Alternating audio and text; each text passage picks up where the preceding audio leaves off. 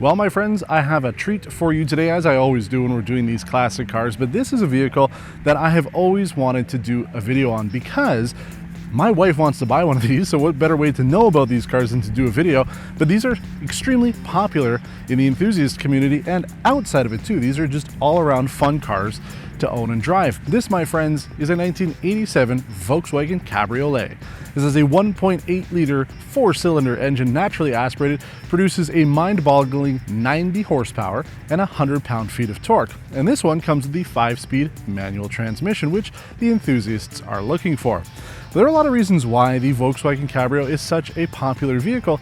Even 36 years later, this vehicle was built in October '86, meaning this car is officially 36 years old this month. But there's a lot to know about this, and during the time I was researching this vehicle, I learned quite a bit about this Cabriolet because I was just always on the assumption that it followed the same model designations that the regular Golf did. But this 87 is technically still a Mk1 Golf, and up until 93, 94, it was still a Mk1 Golf, even though they were already working on the Mark III by the time this went out of production. The Volkswagen Cabrio was produced from 1980 until 1994, so 14 years or 15 model years of production for this vehicle, and again went almost up until the Mark III Golf came out, which again, if you aren't really an enthusiast or you don't know too much about them, they look pretty similar to maybe a 92 Golf, but it actually is still based on that original Mark I. So you look at the front, you look at the rear end, it's much more squared off than these slightly rounded off Mark IIs that came out after it. So this vehicle was sitting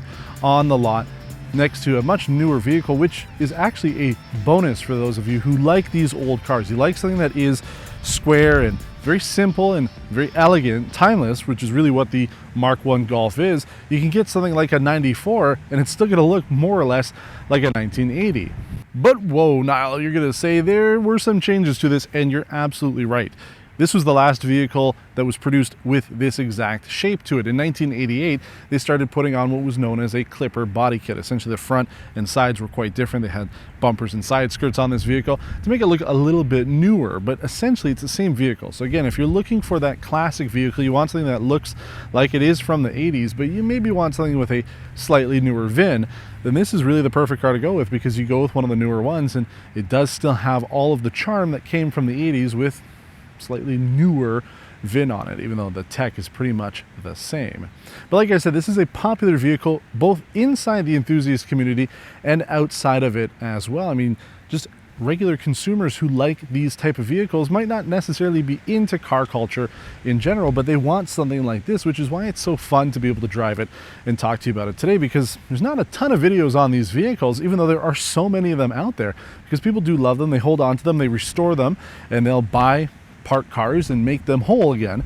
But a vehicle like this was essentially brand new. It looks like it was sold at Volkswagen Thornhill, and it has lived its life happily over the 126,000 kilometers or so that it has gone so far. And if you are an avid viewer here on Test Drive, you'll have seen this car actually several years ago when we went to the Oblivion car show at Ontario Place in Toronto, Ontario. This car was there. So you can take a look at that. There's a couple clips of it on the video that we did on that. But I know what you want. You want to see this vehicle on the road. So we are going to take this 1987 Volkswagen Cabriolet on the road, take it around town, and tell you everything else you need to know if you're on the market for a first generation Cabriolet.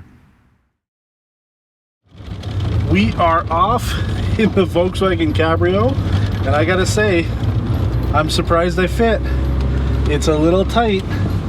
It's a little tight for Niall here, but you know, after doing a couple of videos that we've done recently, it's kind of important for me to talk about this so that you guys who aren't as thin as some people can kind of see how big guy fits. And I gotta say that it is tight. So I'm basically, this is as far back as the seat goes. I am able to use the brake, clutch and everything. Gear shifter is accessible. It's just, everything is a little tight.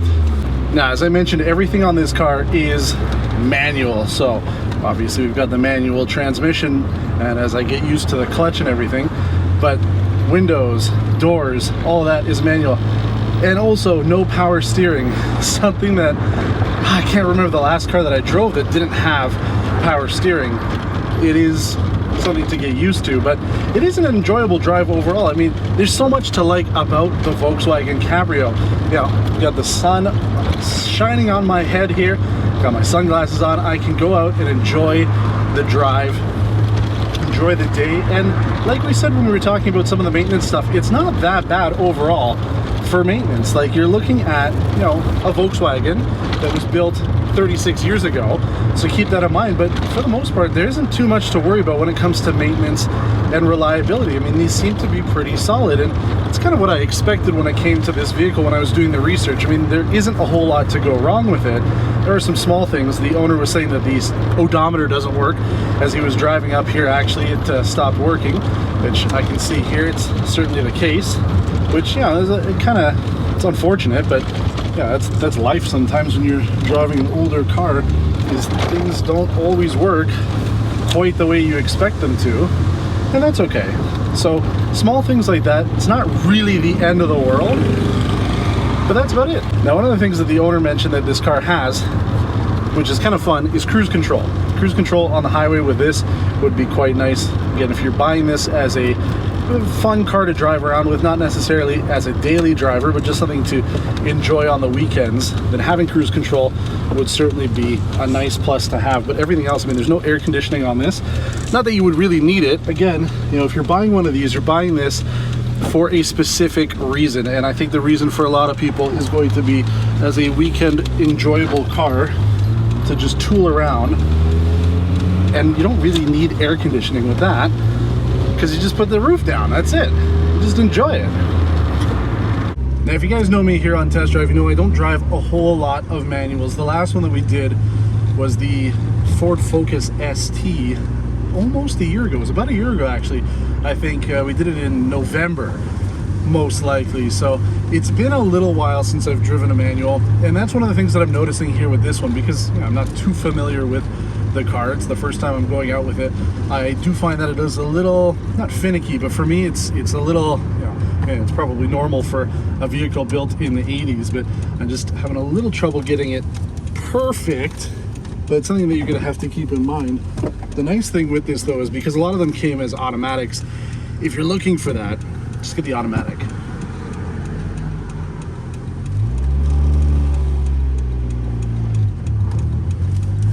Oh, that was better. All right, Fast and Furious. Got the Civic behind us. Whee! You do feel quite a bit of the road, too. I mean, that was one of the complaints that some of the buyers of these vehicles had when the US production started up for the Golf, and they weren't really enjoying some of the changes that were made for the US based ones. This vehicle feels, yeah, quite a bit firmer, so you do feel quite more of the bumps and stuff. But again, that's kind of what you're expecting if you're buying a vehicle like this. You know, it's a vehicle from the 80s.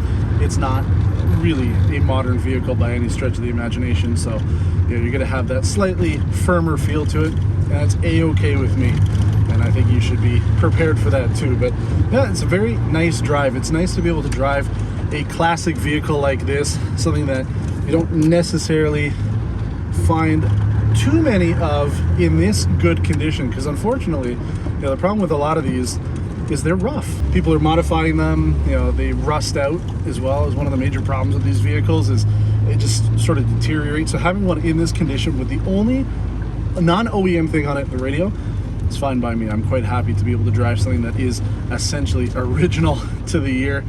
I absolutely love it.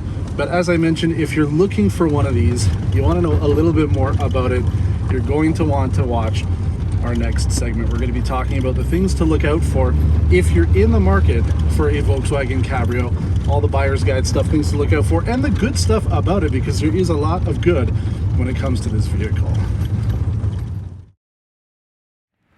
All right, guys, so maybe you're like my wife, you want to buy a Cabrio, but you don't necessarily know too much about them. Maybe you've heard some horror stories about Volkswagen. The check engine lights are always on and they're unreliable. But this vehicle, at 126,000 kilometers, the owner has had this for about 40,000 of those kilometers, and he says that it has been absolutely brilliant. There have been no problems with this vehicle, and when I did my research on it, I didn't find anything that was too troubling. There are a couple things to note, and again, they're not really anything that is specific to a Cabrio, but because it does have the opening roof on the back here. It is a Cabriolet. The rear suspension does take a little bit more wear and tear than a regular Mk1 Golf would. So keep that in mind. Take a look at the back suspension, make sure that it is in good working order. Also, the front tires can wear out a little prematurely, so have the vehicle inspected by a trusted mechanic, no matter what you're doing and no matter what car you're buying, but always good to check with that. And then realistically, the roof is going to be one of those problem areas to look out for because it is a Cabriolet. You're going to be opening and closing it more often than you would on any other type of vehicle, so you want to make sure that all of that mechanism works properly. Make sure that the vinyl roof is in good shape, and also the rear glass can either yellow or break altogether. So take a look at those. Vehicles that have been sitting out in the sun or even in the winter for extended periods of time could have significant issues with that, and I have seen plenty of them either at junkyards or vehicles waiting to be restored that have problems with the roof. So take a look at that. Make sure when you're looking at one of these, if the roof has been up and maybe it's rained recently, take a look at the flooring, see if there's any wet spots. That is a sure sign of leakage problems that you don't want to have. Now, you could argue that a lot of the time you're going to be driving this car will be with the roof down, so maybe you don't have to worry too much about it, but even on a day like today, there's no clouds in the sky. If you're out for a cruise and then the weather changes and your roof doesn't work properly, you're going to wish it did. So definitely make sure that those things are checked out. And like with any vehicle from the 80s or 90s, rust could be an issue. The rule of thumb that I found online is if you see surface rust on the body of the vehicle or anywhere that's really visible, then you're going to want to make sure you look thoroughly underneath the vehicle, because signs of rust on the outside could mean significant issues where you can't necessarily see it. So again, have it inspected by a trusted mechanic. The people who are looking at these vehicles in today's market are looking for something that is fun and enjoyable to drive on a daily basis, or as something that you take out on the weekends, but you still want to make sure that it works well. You want to have fun time doing it. You don't want to be spending a lot of money repairing it. So definitely take time to make sure that the one you're buying is the right one. But for the most part, there isn't too much wrong with it. These are relatively easy to maintain, especially with this vehicle, everything being manually operated. There isn't much to go wrong. So small things can come up, but for the most part, this is going to be a very reliable type of vehicle for the age, for the type of car, if you're looking for it to have some fun with. Now, as always, we invite you to subscribe to the channel, but we would also like to invite you to check out our Utreon page. We have some behind-the-scenes videos and some photos of this vehicle on the page there. You can check out the different tiers that we have to subscribe and help support our channel through Utreon. Every single amount helps to go towards us being able to do more content like this, the new stuff that James is doing and the classic stuff that I'm doing out here. All of that helps us out. So check out our Utreon. There is a link at the bottom in the description that you can find out more information about that, and also subscribe to the channel here, give the video a thumbs up, and if you have any questions, as always, I do try to get back to everybody as quickly as I can. Thanks for watching, and until next time, take care.